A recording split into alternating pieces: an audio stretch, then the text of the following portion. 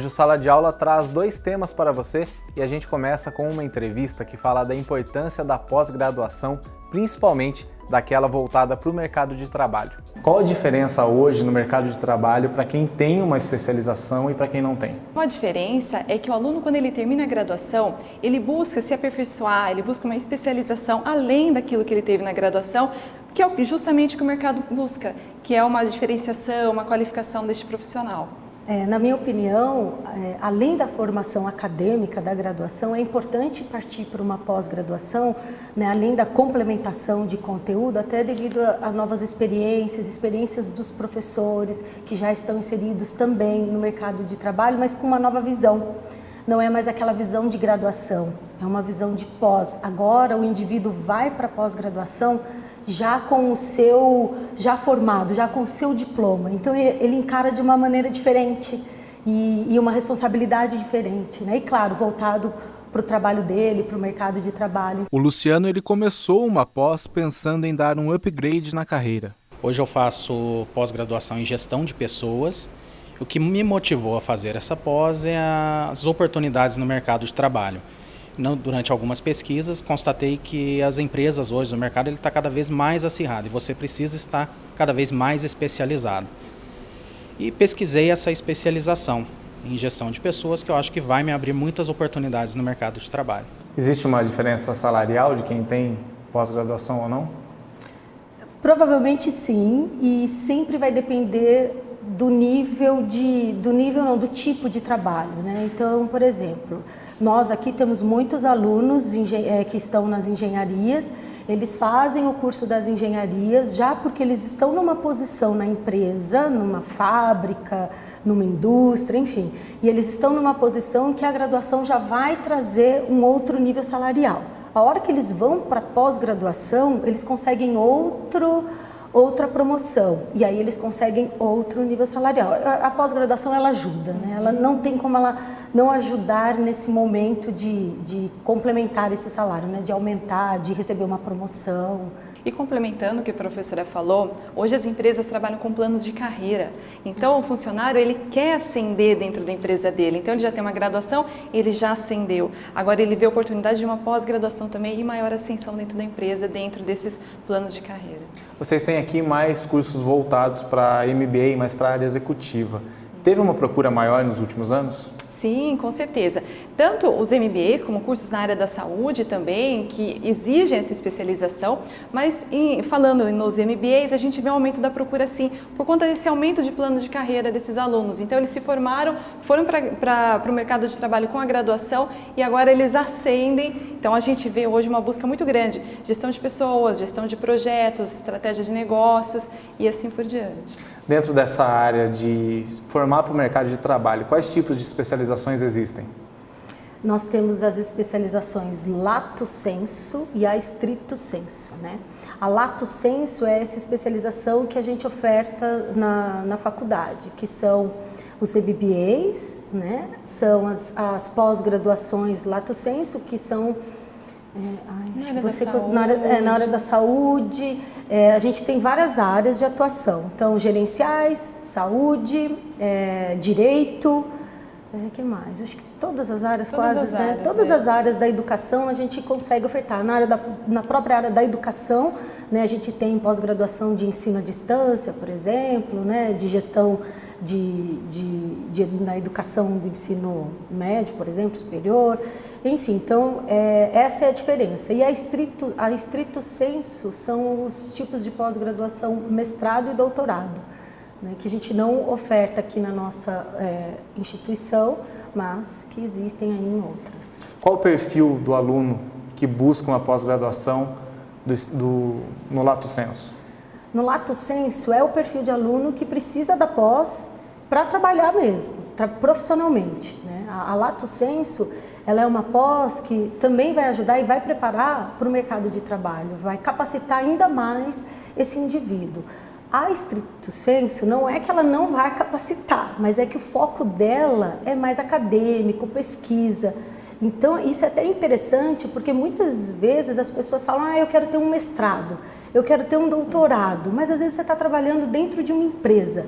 Que perspectiva que esse mestrado e esse doutorado trará para você dentro de uma empresa, de uma indústria, que talvez não tenha nenhuma área focada em pesquisa? Então, a pessoa precisa entender o que ela quer. Existe o mestrado profissional, por exemplo, que é bem específico, que são só para algumas áreas, mas para o trabalho mesmo, né, assim, profissional ali, para o dia a dia de uma empresa, uma indústria, um escritório, uma pós-graduação lato sensu se encaixa perfeitamente. Voltando ao Luciano, ele decidiu fazer a pós depois de um tempo de já ter terminado a universidade. Eu fiz um pouco mais velho, com 35 anos, eu terminei a minha graduação em 2009, demorou bastante tempo para iniciar a pós. E foi isso, é nunca desanimar, sempre buscar o aprimoramento, e o mercado está buscando isso. Então, se você está preparado para o mercado, você deve buscar sim uma pós-graduação. Tem uma idade específica das pessoas que fazem esse tipo de pós-graduação?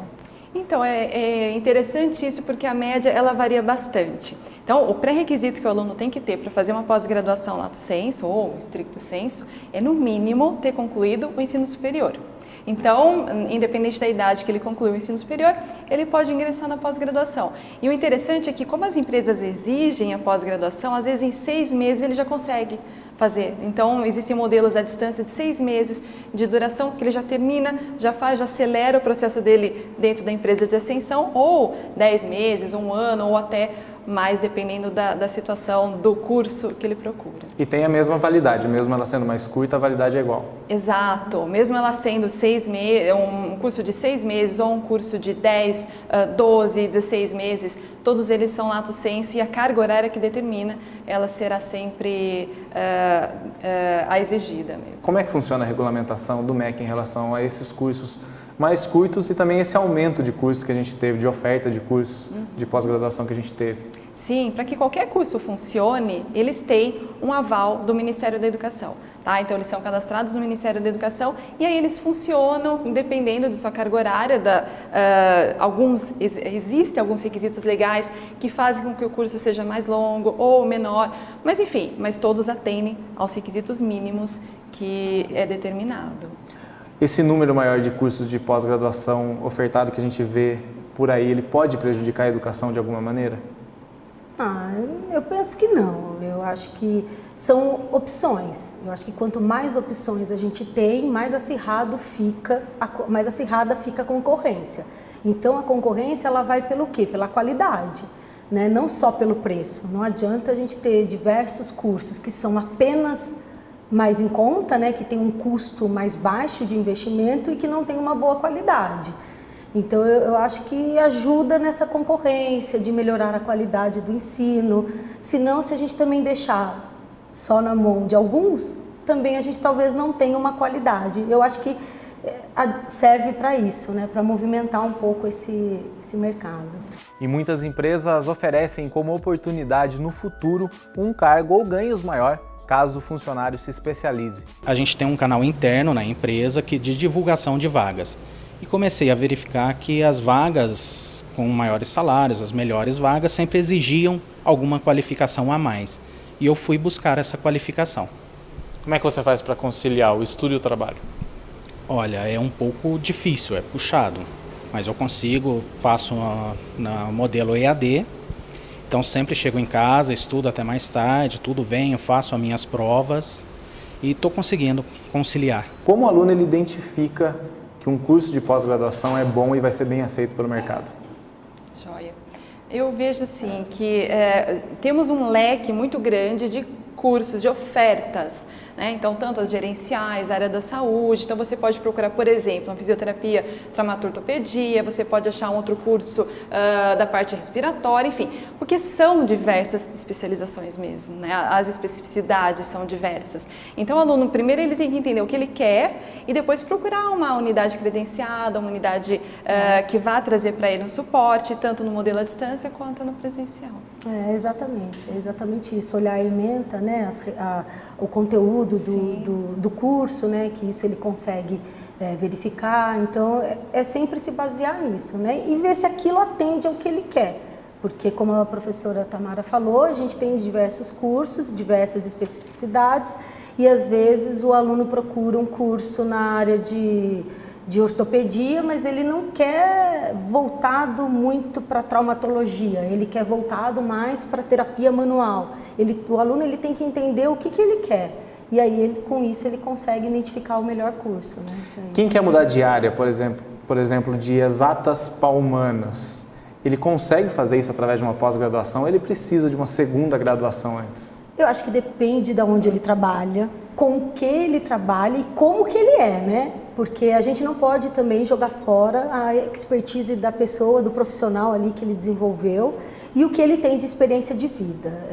Se ele está no curso de exatas, né? Você falou, e mudar para humanas, né? Então quer dizer que ele passou a graduação dele ali, aprendendo números voltado para essa área. Talvez ele tenha feito uma pós-graduação nessa área também, mas hoje ele percebe que não é aquilo que ele quer. Ele está numa empresa, num escritório, ele não quer planilhar, não quer mexer com número e de repente ele vai para a área de humanas, ou prodocência, e de repente ele quer transformar. Ele consegue fazer isso só com uma pós-graduação. Mas a gente precisa também entender se ele está inserido já, né, no mercado, inserido em algum lugar, se dentro desse lugar que ele está se oferece essa oportunidade, qual é a exigência do cargo. Se de repente a exigência do cargo exige uma graduação, aí ele talvez tenha que procurar. Mas a gente, né, vê bastante essa mudança, a gente vê os alunos, né, às vezes a gente vê ex-aluno retornando, ou os alunos que procuram a pós, que às vezes têm uma área e vão para outra e não precisaram fazer uma segunda graduação, né? Vai direto para a pós-graduação, que realmente ela ajuda nesse processo, né? Nós temos até exemplos de alunos que se formaram na graduação em área da saúde, por exemplo, e depois foram para finanças na pós-graduação, para lidar melhor com o seu negócio, com o seu empreendimento. Então, soma-se, né? O que ele tem na graduação ele não perde, mas ele soma uma pós-graduação. Tá, já.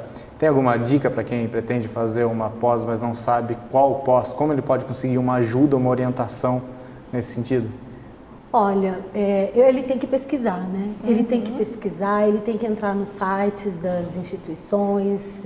Aqui a gente está à disposição, a professora Tamara, por exemplo, aqui na nossa instituição, sempre esteve à disposição para pós-graduação e ver o que se encaixa mais no perfil, o que ele vai sentir mais, como é que fala? Afinidade, né? Então, de repente, ele viu que ele quer fazer um curso, que ele tem afinidade nessa área e é isso, né? Ele vai nesse sentido. E ver quais são os objetivos dele, né? E aí escolher o que é melhor, por exemplo. O meu perfil é trabalhar o dia inteiro, chegar em casa à tarde. Que tal um curso à distância, que eu faço os meus próprios horários? Ou não, eu consigo ir até a faculdade fazer um curso presencial. Então, ele tem que entender o que ele quer, porque os cursos à distância os alunos vêm fazer a prova só presencialmente. Então, o conteúdo do curso ele faz de casa. Então, é muito confortável para ele também associar o trabalho após. Você estava comentando com a gente aqui fora da gravação que você gravou videoaulas para ensino à distância. O conteúdo é o mesmo? O aluno ele consegue absorver aquilo igual se ele estivesse na sala de aula? Sim, ele consegue. Ele está determinado a fazer um curso à distância, ele tem que se regrar de horário, ele tem essa responsabilidade também, mas o curso ele tem um suporte, uma plataforma fantástica que favorece esse aprendizado para ele. Então, sem contar também com o suporte de tutores. Então, se ele tem alguma dúvida, ele questiona o tutor ou até a própria unidade. Tá, já. Tem algum recado final sobre esse assunto? Não, uma coisa que a gente não falou? Só complementando a questão do curso à distância, é interessante que o aluno tenha uma rotina, né? Não adianta ele achar que ele vai fazer um curso à distância porque ele trabalha de manhã e à noite e vai fazer de qualquer jeito. É importante ele envolver esse horário dentro dessa rotina dele, né? Então, deixar 3 horas ali por semana, 1h30 cada dia ou 2 horas umas 2 vezes na semana para ele conseguir desenvolver. Ele não pode simplesmente não fazer, né, semanalmente, entrar no sistema. Isso é importante para o aluno. Já é. Tem alguma coisa, Tamara? Não, acho que para encerrar, como eu converso com os nossos alunos aqui, não parem de estudar. Então, eles terminam a graduação, eles já entram numa pós e assim a gente dá essa continuidade. O nosso foco é esse, é uma educação contínua para esse aluno, é que ele saia da graduação e continue estudando, porque ele sempre vai precisar, né? Tá, já. É isso. Muito obrigado. Bom? Muito obrigada. Obrigado.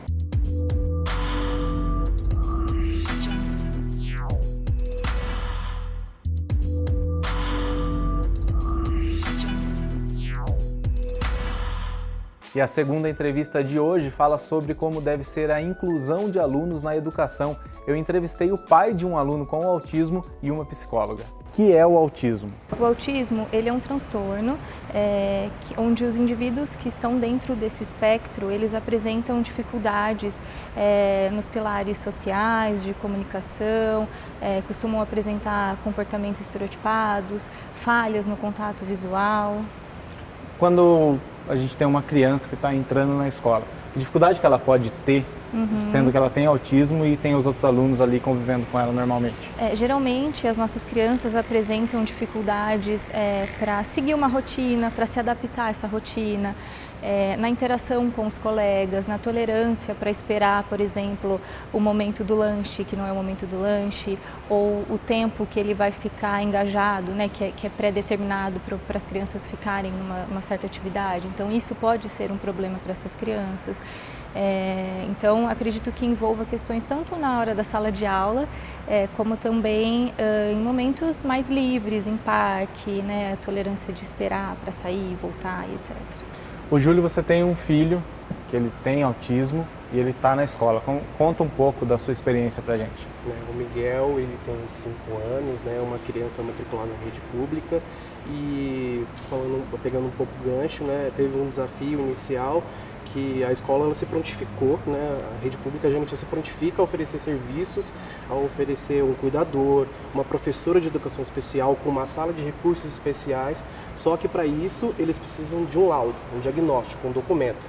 Aí na época ele iniciou na escola, né, já faz uns 2 anos, ele iniciou na escola, só que elas já ofereceram os atendimentos, só que elas precisavam do laudo. Aí eu passei com um neuropediatra, né? As pessoas pensam que tem que ir direto com o pediatra ou pediatra, isso é importante para quem nos assiste. O pediatra ele diagnostica o atraso, né, em alguma área de desenvolvimento, mas o neuropediatra ou psiquiatra infantil, ele que vai dar o laudo, vai dar o documento necessário que vai ser importante para outras coisas, né? Na escola, eles falam que para alocar recursos, né? A cuidadora especial, a cuidadora especial, a professora de educação especial e utilizar o espaço de educação especial. Como que a escola tem que estar preparada para receber esse aluno? Vamos falar tanto de escola particular quanto de escola pública. Isso. Na realidade, eu sempre digo assim para as famílias que nos procuram que não existe um modelo perfeito de escola, que não existe um currículo perfeito pronto para receber essas crianças. A escola, ela tem que estar aberta para receber as orientações do profissional especializado, analista do comportamento que já acompanha o caso, né, obviamente, para receber e trocar informações. Qualquer resistência da escola nesse sentido vai limitar e prejudicar o desenvolvimento do aluno, porque nós precisamos dessa comunicação contínua para poder traçar as metas mês a mês, para ver como que está, o que está difícil, o que não está. Então, a escola precisa se preparar para receber orientações dos profissionais que já atuam com essa criança. Os outros alunos e os pais dos outros alunos, eles têm que receber alguma orientação também nesse sentido? É interessante que recebam sim, quanto mais informação tiver a respeito das dificuldades ou do que pode acontecer, melhor, né? Para a gente minimizar, a gente já adia um caminho aí, né? Já adianta, desculpa, um caminho. Tá. Júlio, você também é psicólogo, como que você vê o acompanhamento diário do seu filho na escola, sendo que é uma escola municipal, é isso? Isso. Eu vejo que a escola municipal, não tenho propriedade para falar das particulares, né? Mas a rede municipal ela tem uma infraestrutura preparada já. Assim que você consegue a matrícula, tanto a diretora, tanto a professora, quanto a cuidadora que acompanha já está preparada, já tem um conhecimento prévio, né? Já dá uma tranquilidade, né? Qualquer pai, né? Eu sou suspeito para falar, já fica um pouco emocionado de ter que deixar a criança nos cuidados de alguém que não é a família, né? Aí você já se emociona, você fica preocupado se vão cuidar certinho, porque o autista, como qualquer outra criança com perfil diferente, gosta de pensar em perfil, não falar que é assim ou assado. A gente fica pensando, será que eles vão ter o cuidado que a gente tem, a paciência que a gente tem no momento adequado? E eles têm. A professora quanto a cuidadora, elas passam feedbacks, né? Eles passam feedbacks, a gente fica tranquilo, porque elas sabem como isso acontece. E na escola do meu filho tem outras crianças autistas de outros perfis também. A gente conversa com os pais quando tem reunião, a gente percebe que, pelo menos esse exemplo ímpar da escola do Miguel é bom. Eu não tenho o que reclamar, não. No dia a dia dessa criança na escola, a educação dela, como tem que ser acompanhada? Tem que ser acompanhada sempre pelo analista do comportamento. A escola tem que ter um profissional para isso? Geralmente as crianças que já estão em acompanhamento, tem esse profissional que que a gente faz essas visitas mês a mês, está disponível para passar as orientações necessárias. Então qualquer currículo que for ser elaborado, paralelo, né, pensado nas dificuldades dessa criança, precisa ter a orientação desse profissional ou de psicopedagogos que já fazem parte da equipe da criança. Existe um preconceito por parte de alguns professores ainda? Sim, bastante. Acho que talvez a falta de conhecimento de como ficaria na prática toda essa organização nossa, isso gera um pouco de preconceito, sim, e resistência. E isso prejudica completamente o desenvolvimento da criança. Você sentiu alguma coisa do tipo, ou sabe de algum relato de alguém que teve algum preconceito? Eu não tenho o que reclamar, mas já conversei com alguns pais de outras escolas da rede pública, até particulares, e preconceito, confesso que não, mas existe uma dúvida até onde o professor vai e até onde o psicólogo que está lá vai, né? E já é a importância de um analista do comportamento, alguém que tem experiência, falar. Nesse momento, ou quando a professora está na lousa, onde a criança está repetindo, ela não precisa parar. Pode estar o psicólogo e está reforçando a criança a participar também. Né, que pelo menos eu vejo pelo Miguel, tem alguns momentos que a palavra correta, técnica, é enganjar, né, nas atividades. Aí está o psicólogo do lado, ele vai auxiliando, vai estimulando, ele vai participando. Não precisa que a professora faça isso naquele momento, pode ser que ela faça depois, com o auxílio desses psicólogos. Mas preconceito, eu vejo que a gente evoluiu muito pensando em autismo. Pode ser que tenha, não vou ser arrogante e falar para você que não tem, mas o que eu vejo, tem muita coisa em movimento, muita coisa acontecendo a favor das nossas crianças. No caso do seu filho, você acha que melhorou a habilidade social dele, tendo esse convívio com os alunos na escola? Sim, como eles gostam de falar, teve muitos ganhos no repertório comportamental, né? Só para ficar um pouco mais exato, assim, o Miguel, por conta do perfil dele, ele é um autista, ele foi diagnosticado de moderado para leve, mais para leve. Os médicos, eles não fecham o diagnóstico exato, mas ele teve muito ganho na comunicação. Né, a gente conseguia negociar com ele conseguia fazer pedidos que antes dos tratamentos ele só apontava para as coisas, ele parava em frente a um copo d'água, ele pegava a mão e levava. Hoje, se a gente está vendo TV ou está no computador, ele vai e fala: papai, eu quero água gelada, eu quero comer nugget. Ele consegue fazer pedidos. Isso que eles falam muito, que é autonomia. Né? Todos nós temos autonomia, e por que eles não podem ter autonomia também? Sim. Eles têm um perfil específico, mas não impede eles serem autônomos. Os benefícios dessa convivência vão além disso? Sempre, né? A convivência com os pares, a gente pode trabalhar com a criança a tolerância de espera, o dividir brinquedos, o imitar de ações dessas crianças. Então, pode com certeza ir além disso, e claro que a gente sempre tem que traçar as metas de acordo com o que está de déficit para essa criança e aproveitar o quanto que esse ambiente da escola, né, tudo que esse ambiente da escola proporciona. Esse benefício, ele vem do dia a dia, do relacionamento dele no dia a dia com professores e outros alunos? Também. Ou existe um trabalho específico para cada aluno, mesmo ele estando ali na sala de aula mista?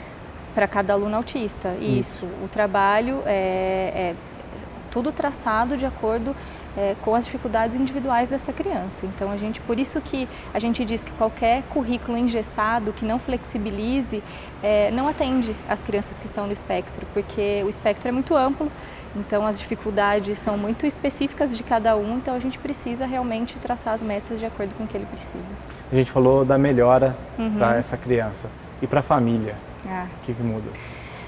A gente até estava discutindo sobre isso, né, o quanto que a qualidade de vida da família melhora, porque isso reflete em todos os ambientes. Os pais ficam tranquilos, a comunicação melhorando, a tolerância melhorando, isso vai refletir com certeza na rotina da família, não só no contexto escolar, mas em todos os outros ambientes que a criança pertencer, né? É isso mesmo, Júlio? Vocês sentiram isso na família de vocês? Sim, porque eu sou suspeito para falar porque eu sou psicólogo, eu já conheci alguma coisa da graduação, mas quando eu passo com o atendimento, quem tem a orientação dos pais, eu falo, pode puxar minha orelha, pode falar o que vocês quiserem, que aqui, né, eu estou só como pai. Mas a gente fica saber como lidar, saber como entender alguns comportamentos e alguns ambientes. Né? Qualidade de vida é você ficar além da sua casa, né? Que os pais não... Eu falo por mim, eu não deixo de fazer nada por conta do Miguel. Eu vou no shopping, mas eu estou preparado que o Miguel vai junto. Eu vou no supermercado, eu vou no médico. Existem maneiras de lidar com uma criança do perfil dele sem que você perca a sua autonomia, né? Você deixa de fazer as coisas que você precisa fazer por conta dele. Ele pode te acompanhar como qualquer outra criança. Né? O Miguel é um companheiro, né? Para muitas coisas. Legal. O acompanhamento dessa família externa, além do acompanhamento que já tem na escola, ele é necessário de acontecer, e para aquelas famílias que não têm condição de pagar algum especialista para acompanhar, o que elas devem fazer? Então, as famílias, elas precisam buscar os seus direitos, né? A gente sempre pede que as famílias nos procurem para passar as orientações necessárias de acordo com o caso, tá? Então, nós ficamos à disposição para fazer toda essa orientação. É muito importante que não somente a escola esteja engajada, mas a família também tenha toda essa orientação parental. A terapia ABA, ela contempla todos esses contextos da criança para que todo mundo fale a mesma língua, né? E aí isso com certeza vai beneficiar todo mundo. Tá, já a gente está terminando. Júlio, você tem algum conselho para os pais? Eu para aqueles que nos assistem, tanto para pais, parentes, amigos, sempre procurar entender a questão da criança, o perfil da criança. Ela não precisa de privilégios, ela não precisa de ajuda, ela precisa que as pessoas se organizem de uma forma diferente, né? Eu sei que pensando no século XXI, onde as famílias, o pai e a mãe trabalham, às vezes a gente pode ter que abdicar de um momento do trabalho, aí você fala, puxa vida, isso vai atrapalhar a minha carreira. Não atrapalha a carreira. Mas de você perder um tempo, umas horas, para poder levar ele em consultas pontuais, acompanhar a psicóloga, acompanhar o professor, em momentos pontuais, o seu filho vai ter muito ganho. Eu falo isso para o Miguel. Não precisa ser o tempo todo, não precisa ser uma vigília, né? Eu sou um pai eu tento ser bem presente, né? Mas eu também trabalho, né? Eu também sou filho de alguém, sou amigo de alguém. A gente não tem que se podar por conta disso. Mas se você dedicar momentos pontuais da sua vida para a criança, como qualquer outro pai faz, é de muito ganho. Esse é o meu recado. E pode ter esperança que a criança, ela vai, de acordo com o perfil, ela vai se desenvolver como qualquer outro. E o seu recado para os pais e também para os profissionais? Eu digo para os pais sempre buscarem os seus direitos, se certificarem de que a escola estará aberta para receber essa criança, para receber os profissionais que acompanham essa criança. Caso contrário, isso realmente pode ser uma barreira para a inclusão escolar. E dizer para as escolas que nós queremos somar ao trabalho e com certeza todos terão ganhos nesse sentido. Tá já. Muito obrigado, gente. Obrigada a você. Eu que agradeço.